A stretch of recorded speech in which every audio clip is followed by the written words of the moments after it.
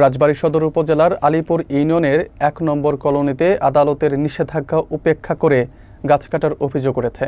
জমির মালিক আব্দুর রহমান অভিযোগ করেছেন, একই গ্রামের রাসেল খাঁ ও রাজীব খাঁ সহ কয়েকজন জোরপূর্বক তার জমিতে প্রবেশ করে গাছ কেটে নিয়ে যায়।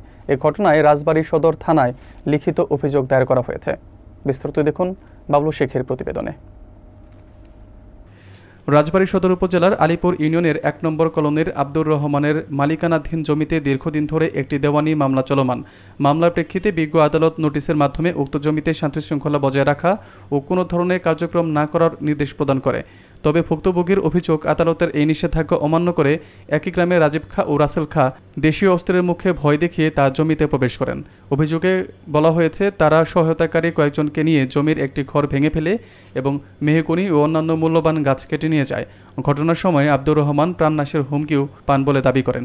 এ বিষয়ে তিনি রাজবাড়ী সদর থানায় রাজীব খাঁ ও রাসেল খাঁর নাম উল্লেখ করে 7 থেকে 8 জন অজ্ঞাত ব্যক্তিকে আসামি করে অভিযোগ দায়ের করেছেন। অন্যদিকে অভিযুক্ত রাজীব খাঁ জানান, জমিটি তাদের মালিকানাধীন হওয়ায় তারা গাছ কাটার কাজ করেছেন, জানিয়ে আদালতে বিরোধ চলমান।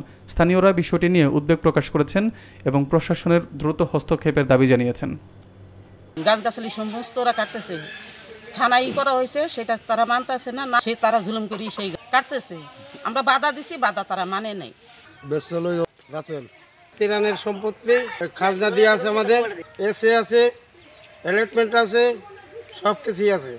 কিন্তু এরা আমলিগ বাহিনী, এরা আমাদের জোর জুলুম করে বাড়িঘর ভাঙে দিয়ে তারপরে এরা গাছ সম্পূর্ণ কেটে নিয়ে যাচ্ছে। কারা? এই রাসেল আরও অন্যান্য বাহিনী নিয়ে আসছে তারা।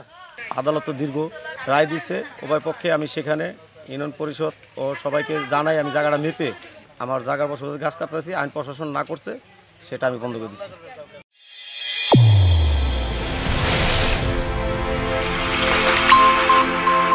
চ্যানেল A1 হৃদয় রেসপন্স।